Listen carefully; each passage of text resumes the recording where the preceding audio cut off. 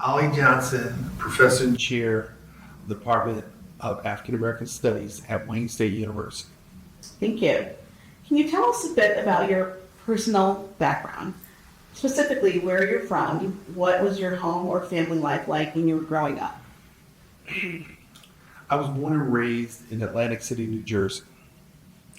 And so I came of age in the 60s and 70s.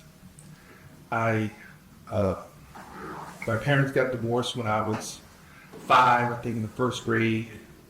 And so we moved into the projects, low income public housing, where she was raised. And so lived all my life in the projects through high school. And even though my mom was a single mom raising 2 kids, my mom and my dad come from large families. And so my mom's family is from Twiggs County, Georgia. And her mother, my grandmother, is one of 19 kids. And so my grandmother and most of her siblings migrated north early in the 20th century. My father was born in Richmond, Virginia, and he was the oldest of 9 kids who also migrated north to New Jersey. And so I grew up with a lot of family, a lot of aunts and uncles, a lot of cousins, a lot of love and affection.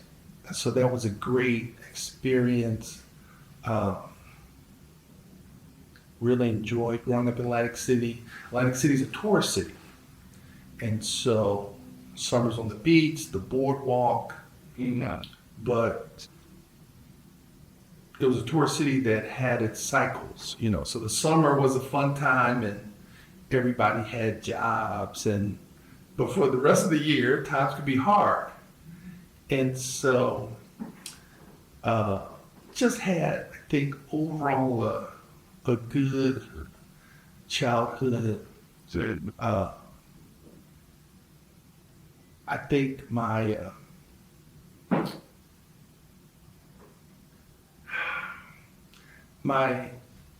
mom was a hard worker. She was a telephone operator, worked a lot of overtime.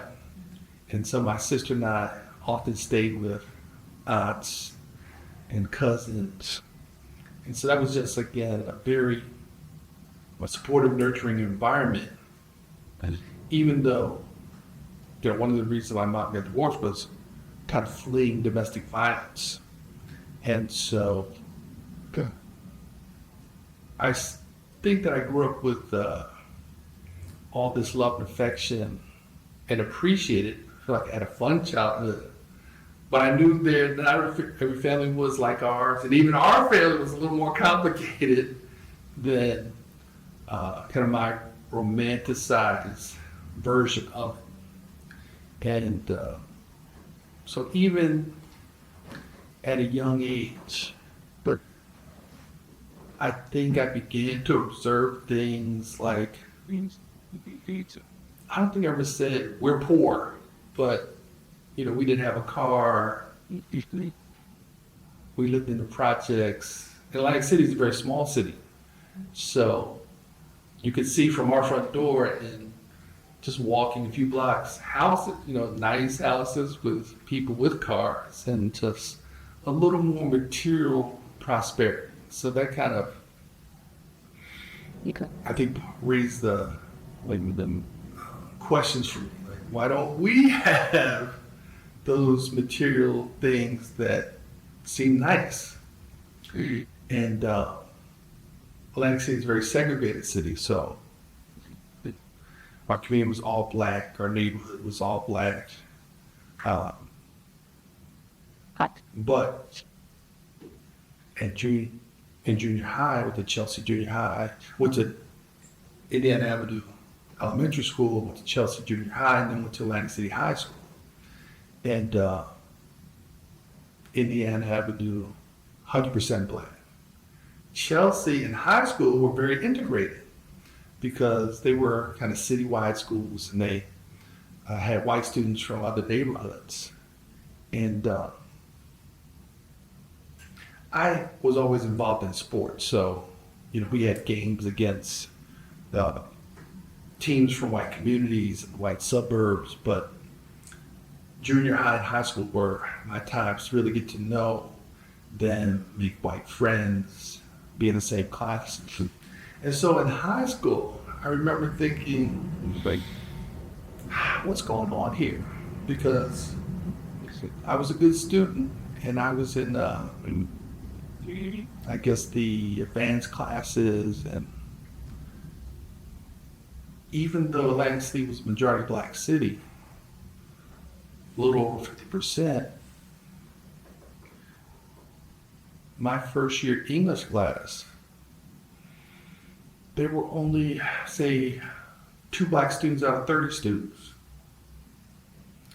And that was my experience through high school, including, advanced placement classes in English and history. And so I didn't understand it, but I knew something was wrong there. That was how can we be majority black city when all the AP classes or the enriched classes or advanced classes had 1 or 2 or 3 black students. So I think that kind of piqued my consciousness regarding racial inequality, unequal representation or something. But again, overall, I think I had a good childhood, a good life in Lansing. Well, thank you for sharing that. How were you introduced to the field of political science? Where did you attend undergraduate and graduate school? I went to Brown University, majored in African American Studies, I think called then Afro-American Studies, and International Relations. And after I graduated, I went to Brazil for a year, improved my Portuguese, and I came back to Brown and got a master's in Brazilian Studies. And after that, I decided I wanted to get my PhD. I wanted to be a professor. And so I got my master's and PhD in political science from the University of California at Berkeley.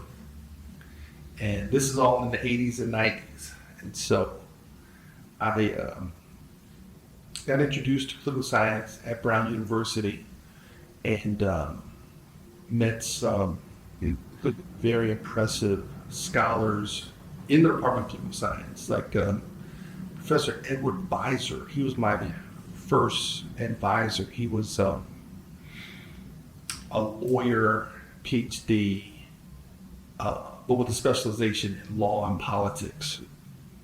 And so he was just a very impressive scholar, teacher, mentor. But I think more important than my professors and classes were my peers. I became a student activist shortly after arriving at Brown. And so our Black Student Union was called the Organization of United African People, OUAP. And so I was very active in that organization. I became president of that organization. I was elected to student government. I was elected to the Brown Corporation. And so I really, I guess, came to kind of explicit political consciousness at Brown, just recognizing the inequalities, the unfairness of society, and developing a vocabulary for understanding it, and then learning about our history. Like I said, I majored in African American Studies, and I would say my most influential professors came from the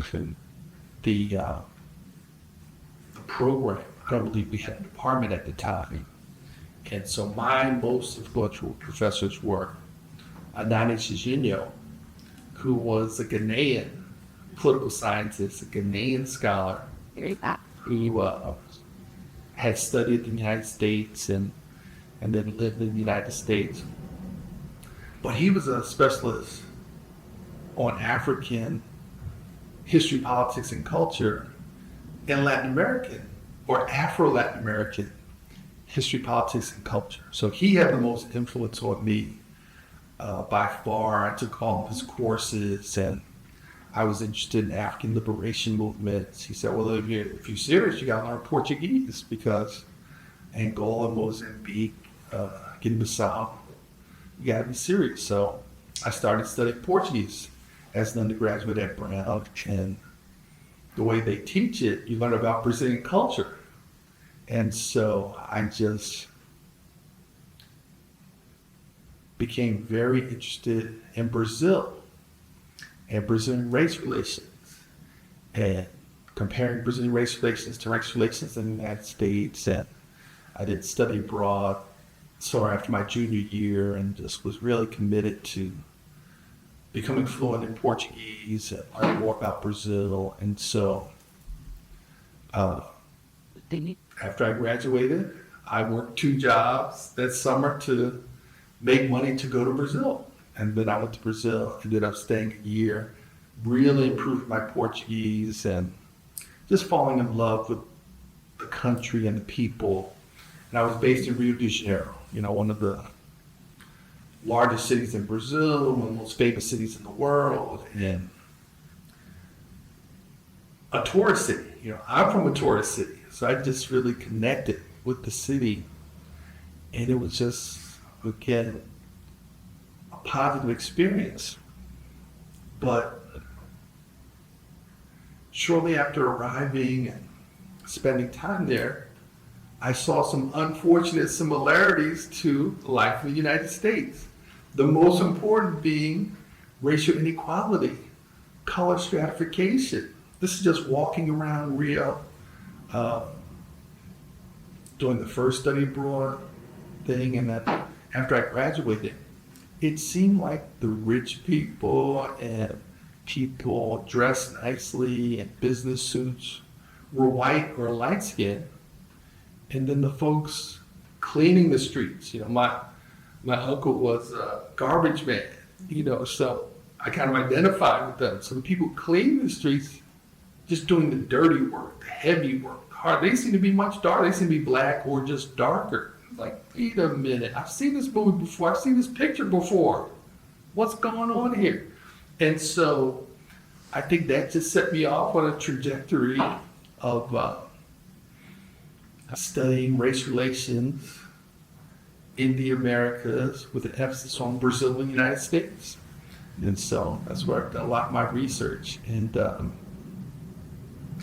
so I think I'm a positive person, I'm an optimistic person, but just seeing inequality, injustice, poverty really rubs me the wrong way when I feel we have resources and ability to create a more egalitarian society, eliminate poverty, dramatically reduce it. And so I felt that in the United States.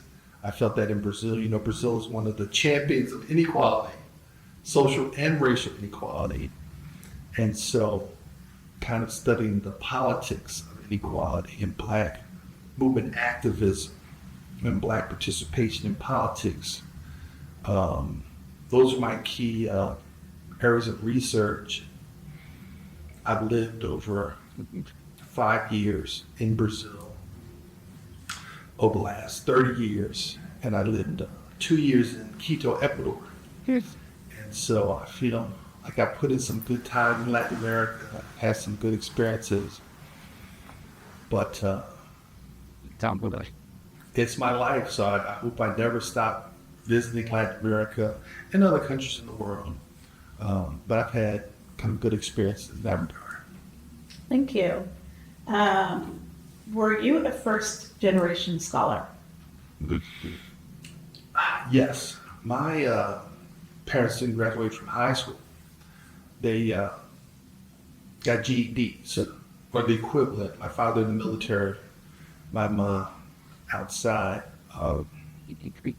And so they didn't have, advanced degrees or a lot of formal education, but they recognized the importance of education, especially my mother. And so she encouraged me to do well in school and study and put in time. And so, again, I was generally a good student and enjoyed school. I guess an active child.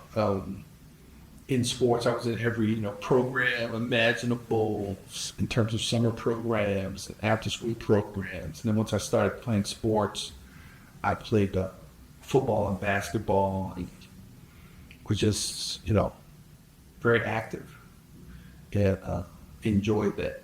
Unfortunately, I'm not as active as I used to be in terms of sports and athletics and working out. But yeah, that was a big part of my life, and I didn't have a lot of contact with my dad after my parents got divorced. But again, he was one of 9 kids, so I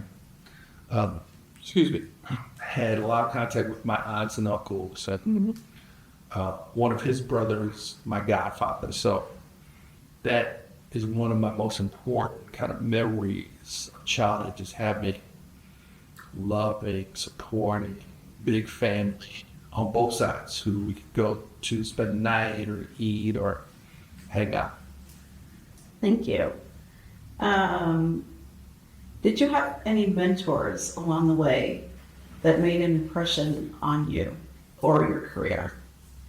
Yes, I would say my main mentors were my African American studies professors, especially Nani Jorginho, who was born and raised in Ghana, but I think he did study abroad in high school and college. So I said that to say he was kind of grounded in Ghanaian and African reality, but he had lived and traveled around the world and spoke, 5 languages.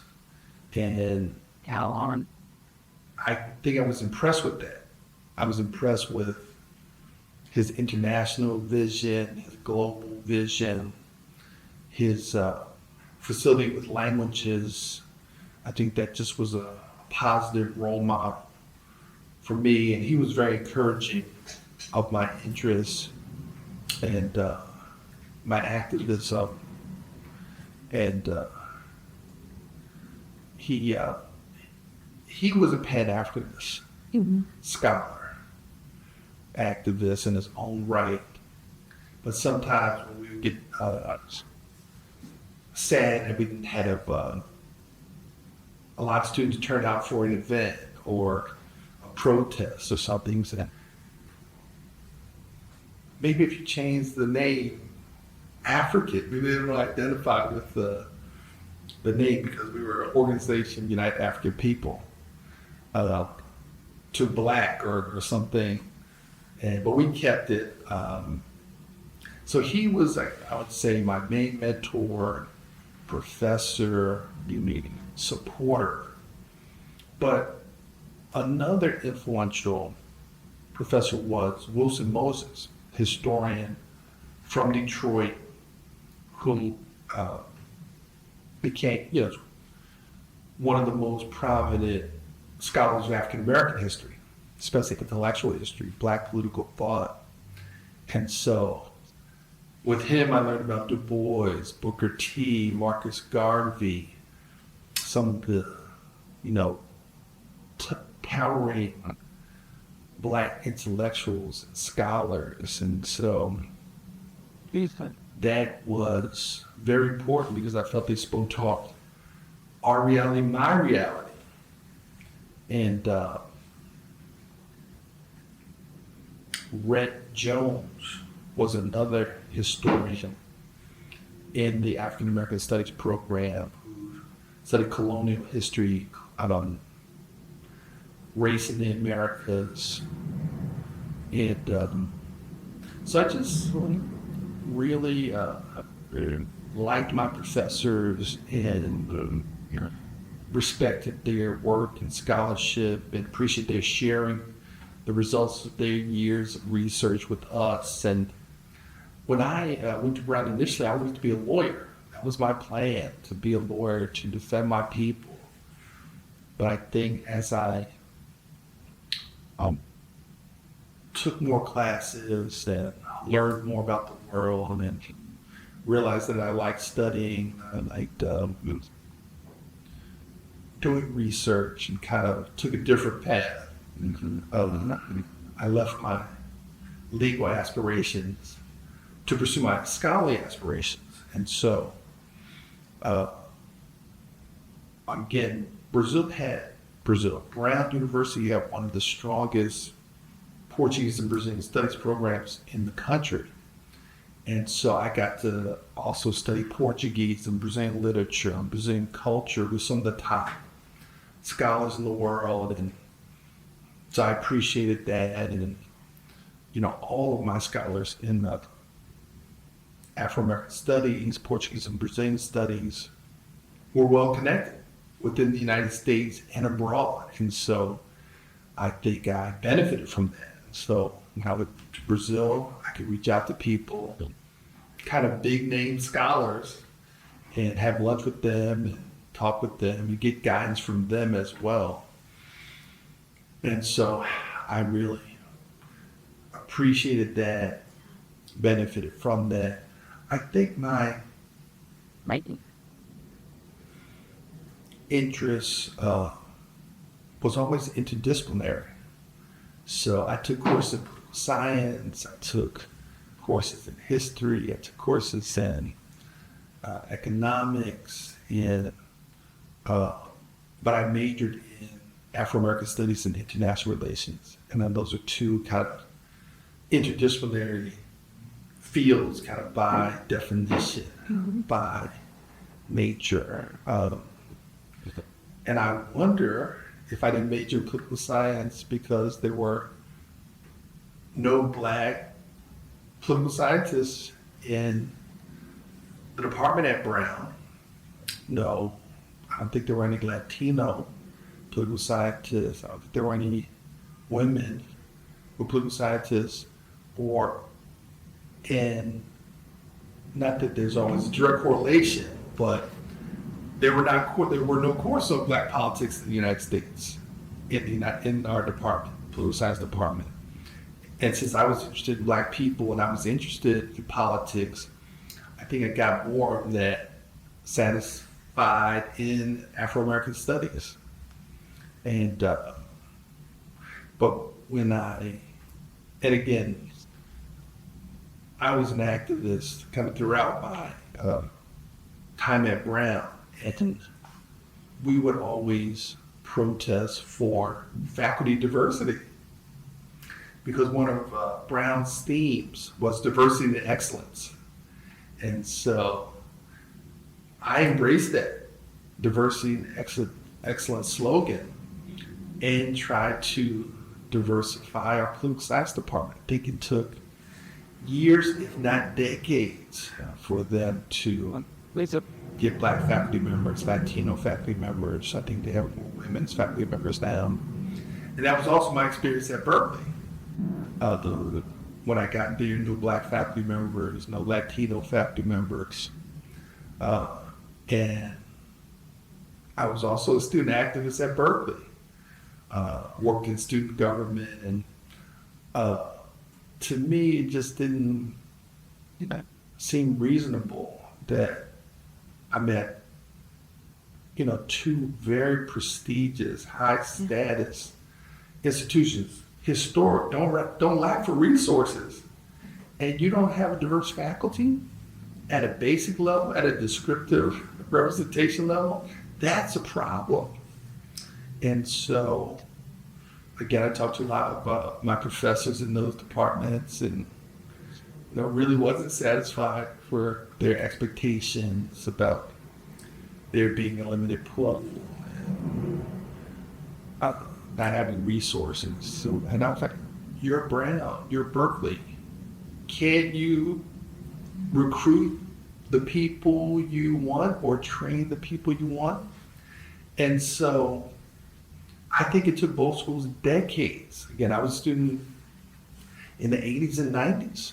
I don't think they had black faculty until decades later, decades after that. One of the rumors I heard was Berkeley hadn't made a 10-track offer to a black professor since they recruited Ralph Bunche. And so I was like, that's a problem. That's a problem. And again, I haven't kept up with the department. I'm not as close to folks as I should be now, so I don't know the current status of diversity and excellence in those departments. But I did hear that they do have some black faculty members now. It's been a long time coming. And so while I was there, Charles Henry, African-American political scientist, was in the African-American Studies Department at Berkeley. And so I spent a lot of time with him talking politics and black politics. And I tried to get our department to give him a joint appointment because it just seemed logical and reasonable. He's a specialist on black politics. We don't teach black politics. He's a University of Chicago PhD in political science. We have University of Chicago PhDs in political science already on faculty, so it just seemed very reasonable, but I kind of went nowhere. And again, I spoke to my political science professors, including the chair and other faculty members, and it was just, they weren't enthusiastic about the idea. And I wasn't persuaded by their reasoning because it just seemed doable. It seemed like our department, the political science department, would benefit from having a specialist in black politics on faculty as a joint appointment. Same thing with Latino politics. We had a Berkeley PhD in political science teaching in Chicano studies. I said, why don't we make it a joint appointment? He's our graduate. He's a specialist in Latino politics. And again, no enthusiasm for that idea.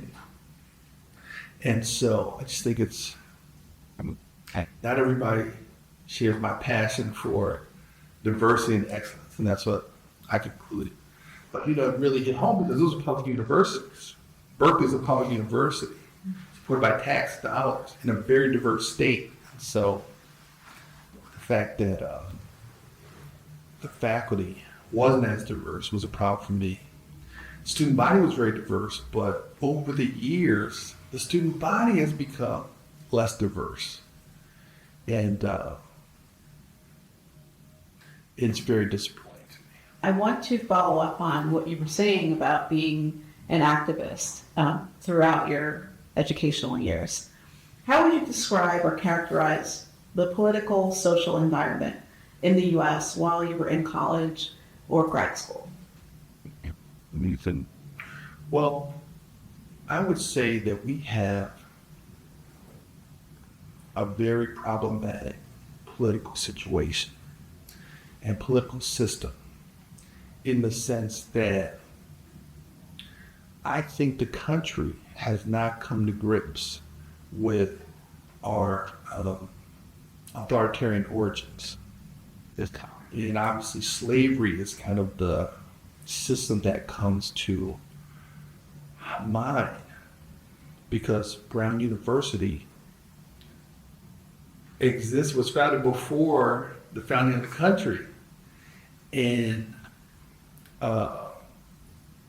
one part of the Brown family was a slave-holding family. And so I think that's the case with Harvard, Yale, Princeton, many of the elite private schools and elite public schools were created during the colonial period or the early American period, but they were created under conditions, under authoritarian conditions in which slavery existed, and in which white women did not have the right to participate in the system. So it was a very, very limited set of folks who had full rights to participate in politics, society, education. And we haven't had a full reckoning or full acknowledgement of these authoritarian origins, which I think have compromised and limited our ability to create a more egalitarian, democratic society and politics. And I felt that when I was a student, and I continue to feel that today, that we have elections, we have participation, we have political parties, we have a lot going on that is democratic in form and substance, but I want us to deal with the question of who created this system? What groups create the system? What groups benefited from this system? And again, scholars have pointed out rich white men, property white men, property educated, white men were the main founders, creators, beneficiaries of the American political system that we live in today. Despite, positive changes in the direction of diversity, equity, inclusion. Yeah. But I study comparative politics. My main three fields in graduate school, my examination fields were comparative politics, Latin American politics, and American politics. And so I study regime change, comparative political systems. And in many countries in Latin America and around the world, when you have an authoritarian system, civilian or military, at some point there's often recognition that this system is problematic. We need to create a new system. So you have a constitutional convention, you have a constituent assembly. We haven't had that type of convention or assembly since the founding of the country. And again, I think we need that type of new beginning. We need that type of reboot. We need that type of confronting our past, because the past has limited our present and future. And the founding fathers, the framers, wanted that way. They wanted to make it difficult to change the Constitution, to amend the Constitution. And that has been the case. Is it a coincidence that we have had no women as president? That we've only had one African American as president? That all the top leadership positions have been dominated historically and today by wealthy, well-educated white men? That's a problem in our system. And I guess one of my frustrations is there's not full acknowledgement of the depths of our problems and the need for what I would term radical reforms, democratic reforms. Like I said, I support a new constitutional convention in which everybody can participate in the process. We haven't had that at the national level. And to the degree that we've had at state levels, it's been compromised by kind of our national configuration.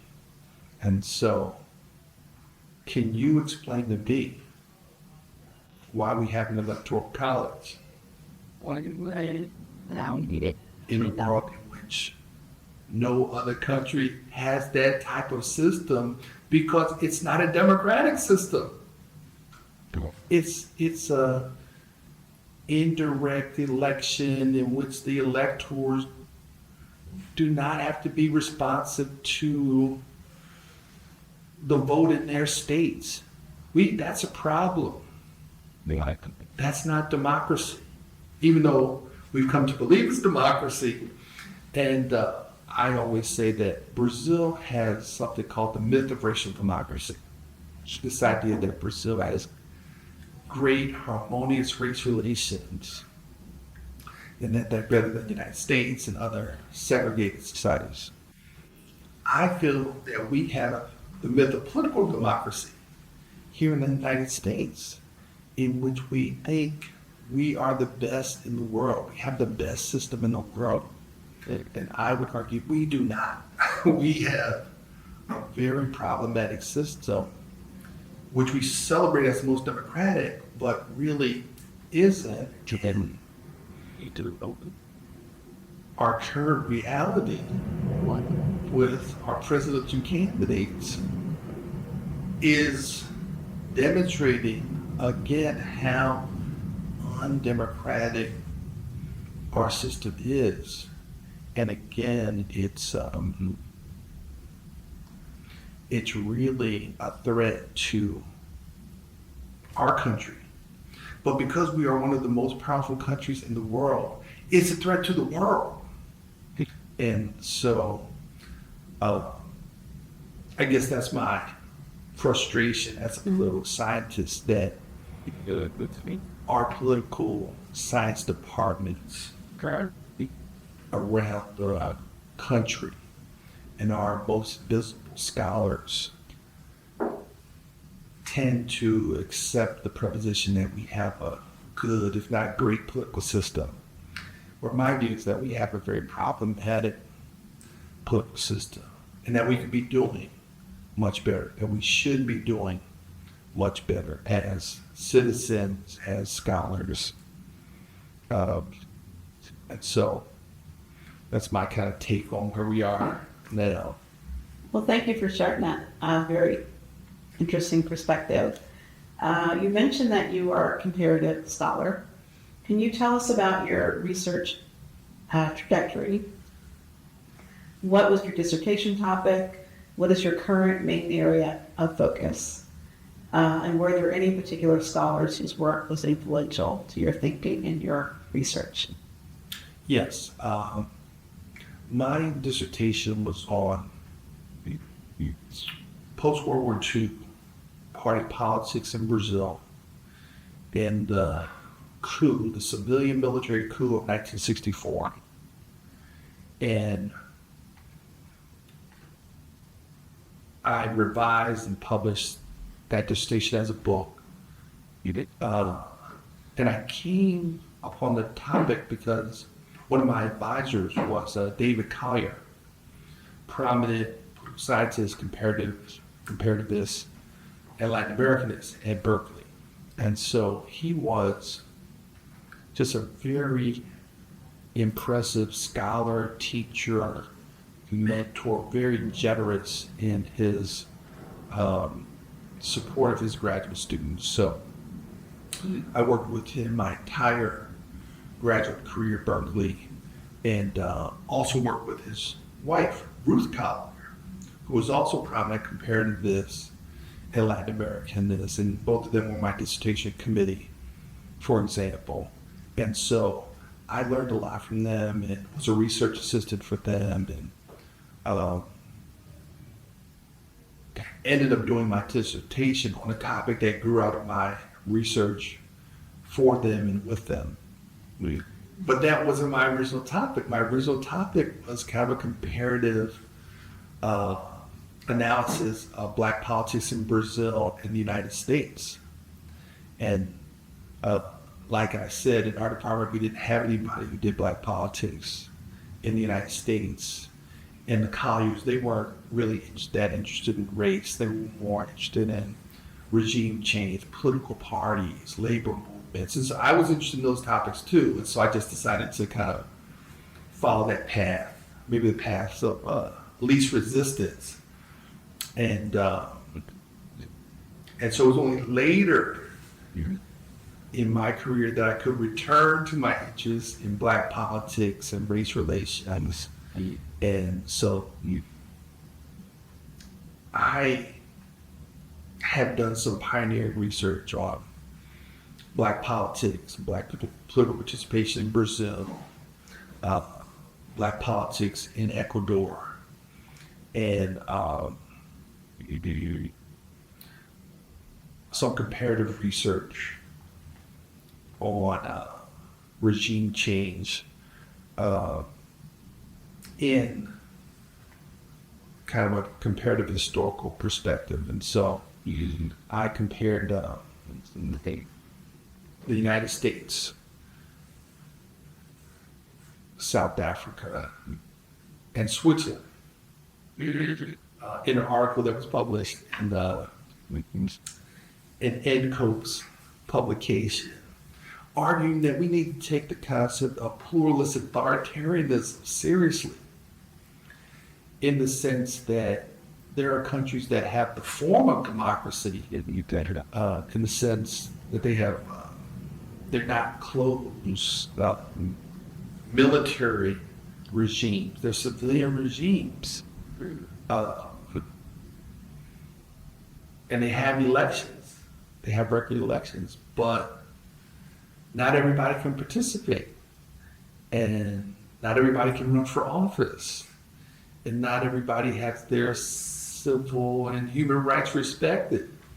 And so I said there were more similarities between the United States, South Africa, and Switzerland than we would like to acknowledge. And I argued that you can consider those countries as pluralist authoritarian regimes at different parts in history. Because Switzerland, denied women the right to vote for decades. And, Switzerland and the United States are often considered some of the earliest democracies in the Western world. And I was kind of challenging that idea. It's like, is democracy the best term, or the best concept to describe these political systems in which half or more of the population is prevented from participating in the processes that we say define the system, like voting, like running for office, and having your civil, political rights guaranteed. And so I think I may have been ahead of my time, because now there's research talking about electoral authoritarianism, the demise of democracy, a third of democracy, including research done by former students of David Collier and Ruth Collier. And so I think we need more research. We need to come to grips with our own history, our own reality. And so, for example, and some scholars are doing this research, if we acknowledge that the way Black folks and others have been treated could be described as authoritarian, kind of with the denial of rights, with slavery, with discrimination, should we describe that if these targeted groups have been discriminated and excluded, marginalized in fundamentally authoritarian ways, should we limit their experiences to them, or should we say that their treatment is part of this system that they're in, and therefore that compromises the democratic credentials of the system? And so that's my view, but I don't think everybody agrees with that. They still want to say the United States is democracy, and some groups, haven't been treated right. And that's not good. That's not fair. And I agree with that, but I would say, no, the consequences are more serious than that. This discrimination, exclusion, oppression has compromised the system and continues to compromise the system. And so, can I ask you a question? Yes. Is that against protocol? Shifting gears a bit, what does being a Black political scientist mean to you?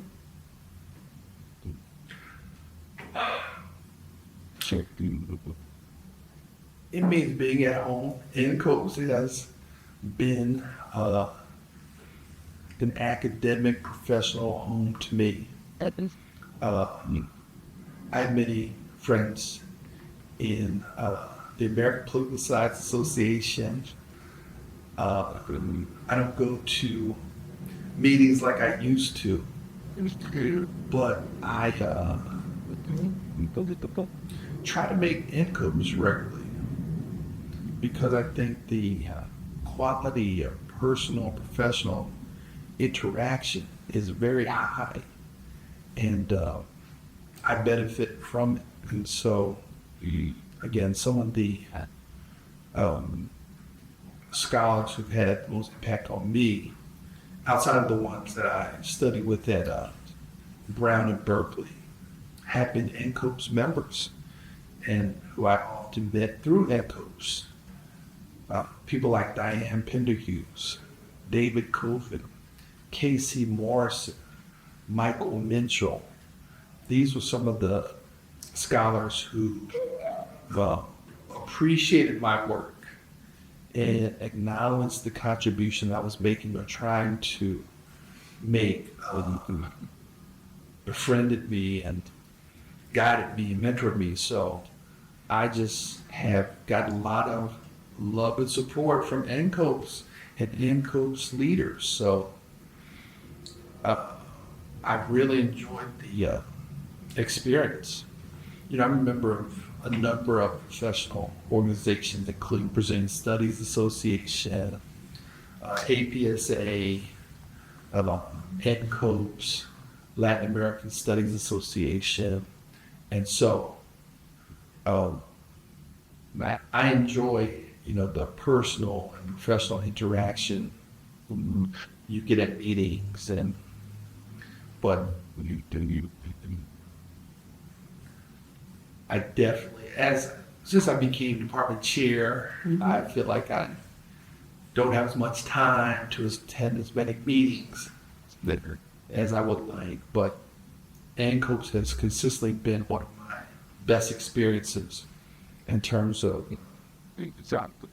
meeting colleagues, discussing important issues in the field and in reality, not only at a scholarly level, but policy and kind of grassroots level. Thank you. And I understand that you are part of a research group that's been working together for 2 decades or so. Can you tell us the name of that group? And I believe you referenced earlier some of the scholars that you're collaborating with. Yes.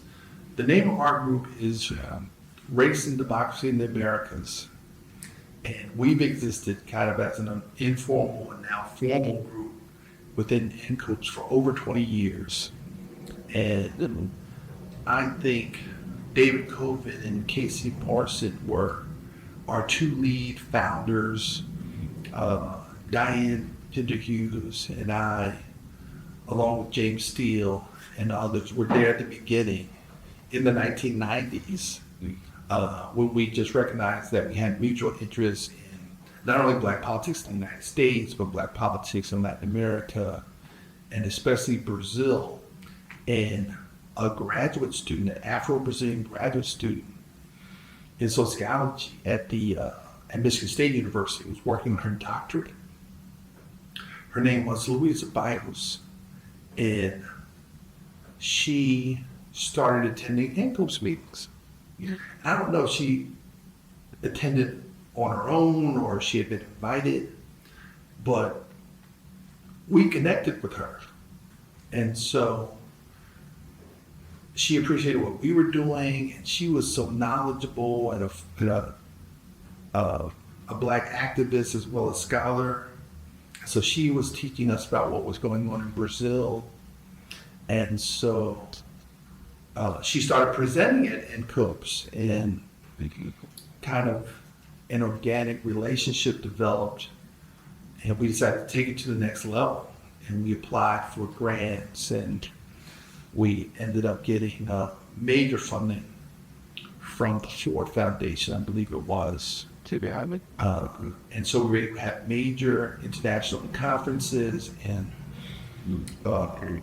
Salvador Bahia, Sacramento, California, and we applied for other sources. I believe APSA supported one of our meetings, gatherings, and we've had other people at the universities support us. For example, David Colvin was able to get a lot of support from Sacramento State University. Mark Sawyer, who was one of our stars, was able to get support from UCLA. We had a conference there.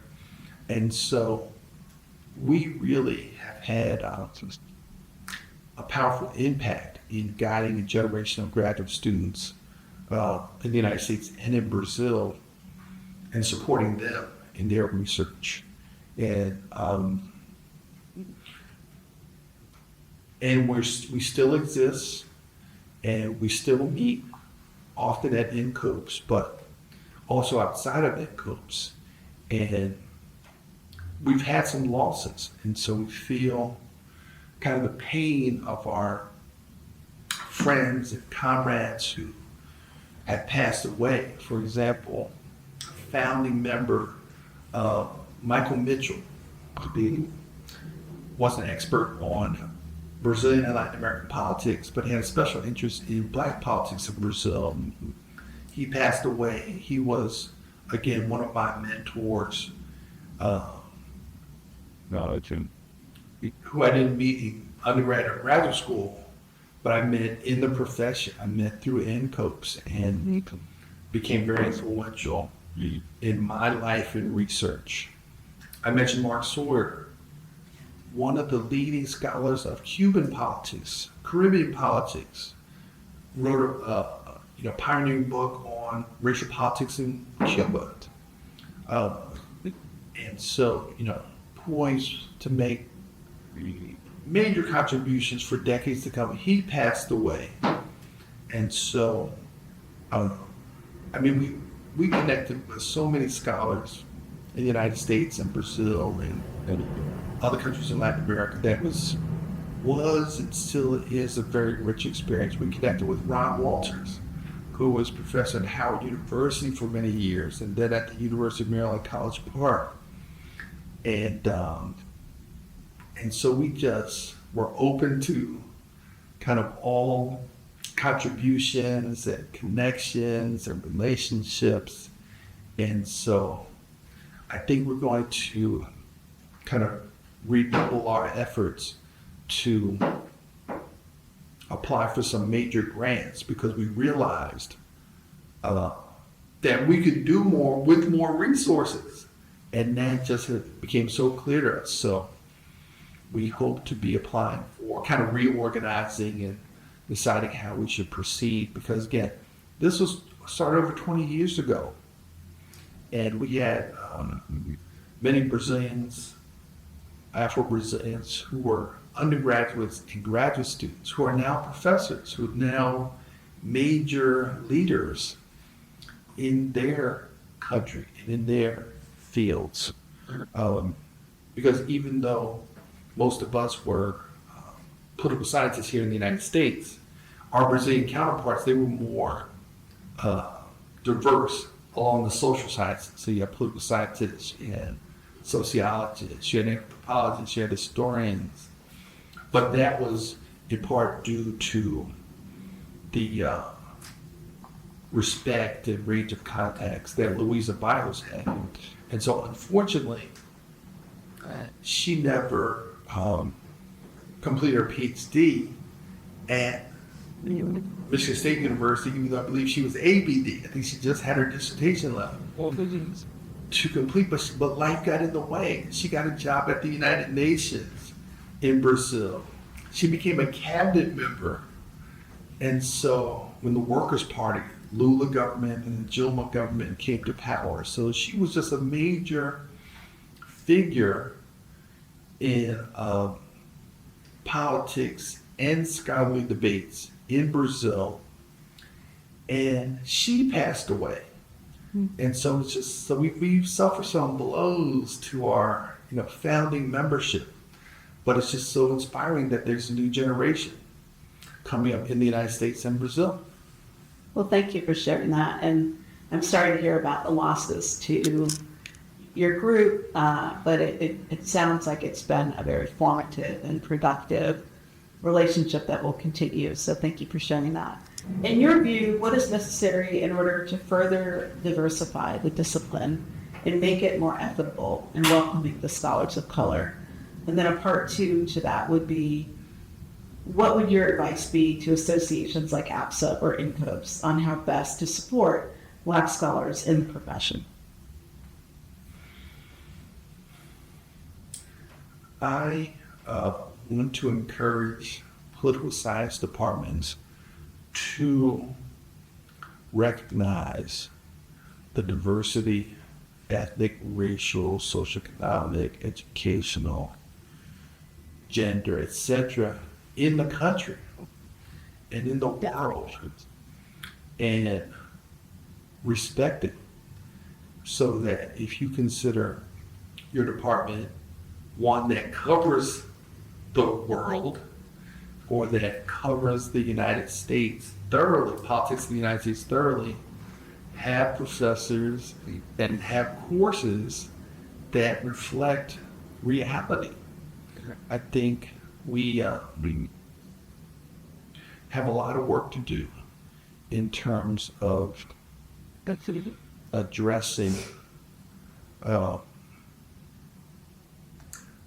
topics seriously in American politics that need to be addressed. And so I think for so long we've had a very traditional top-down view in which politics and political scientists are taking the perspectives of the elites, which is to a certain degree a white male elite perspective. And that just has to be a very narrow perspective. It leaves out a lot of people. It leaves out really a lot of this different aspects and components of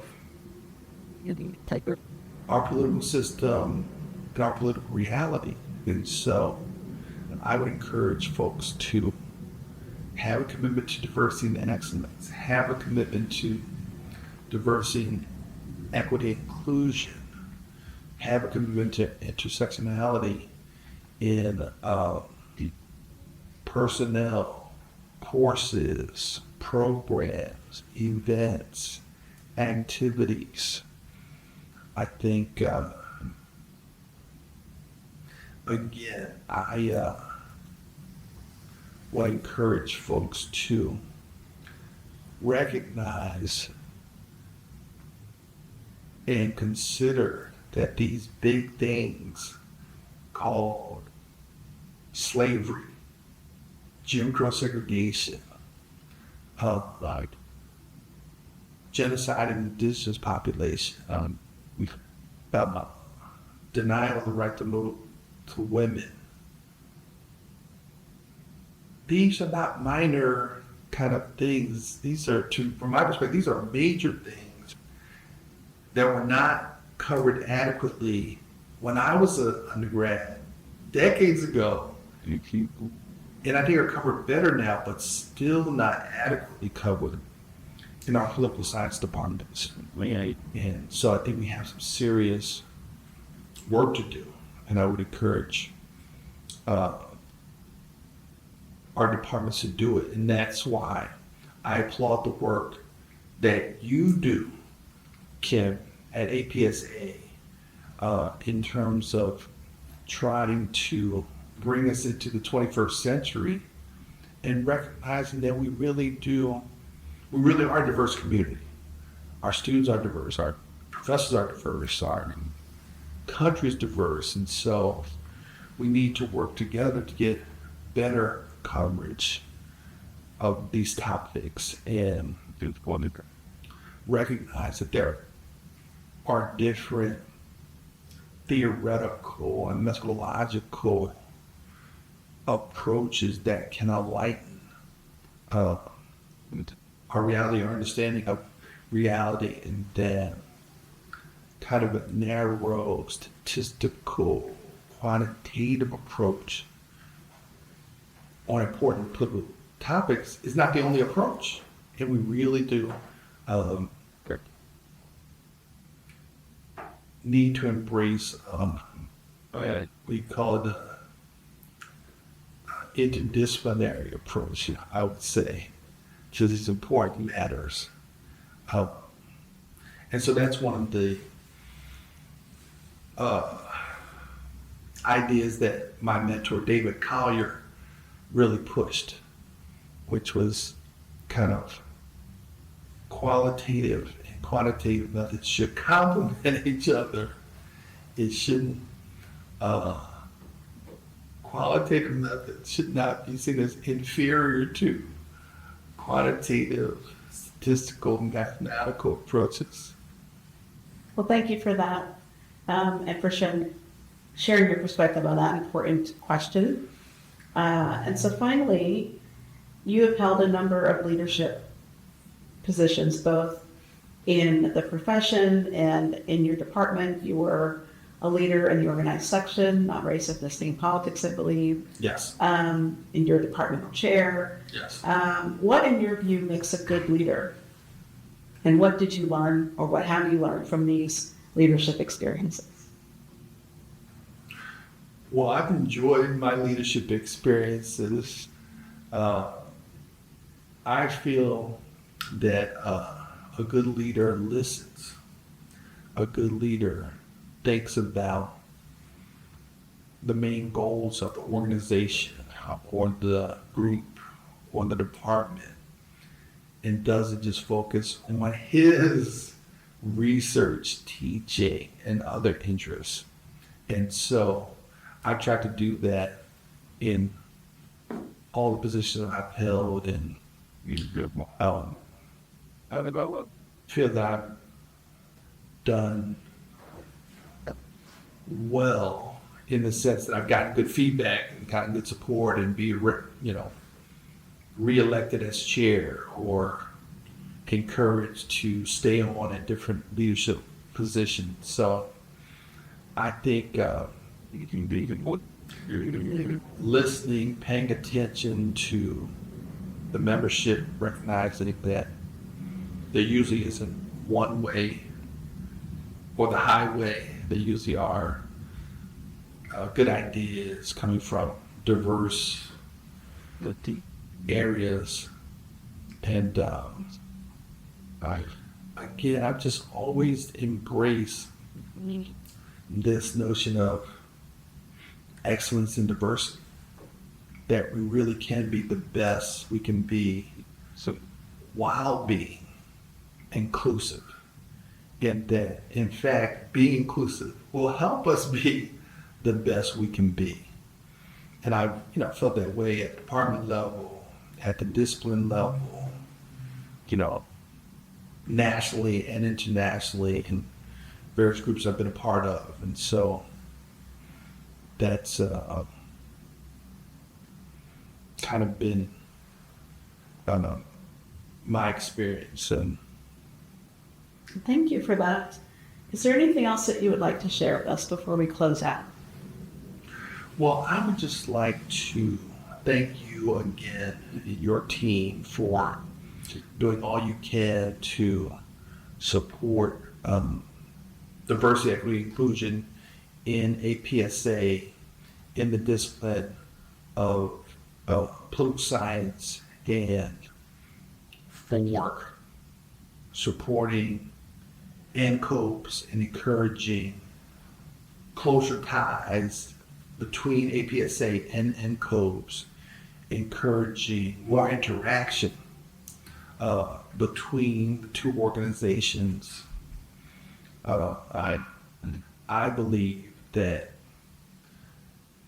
NCOBS has played a very important role in my life and career, and that of other political scientists, and that it still has an important role to play, because periodically we have people questioning the importance of racial organizations or ethnic organizations in professional life or in society, and it's just clear to me that organizations like NCOBS can provide Black political scientists in particular with support and guidance and mentorship that other organizations can't. Doesn't mean that other organizations can't, be powerfully influential and positive, but I think NCOBS and other similar organizations have a positive role to play. And again, I appreciate what you do, and I thank you.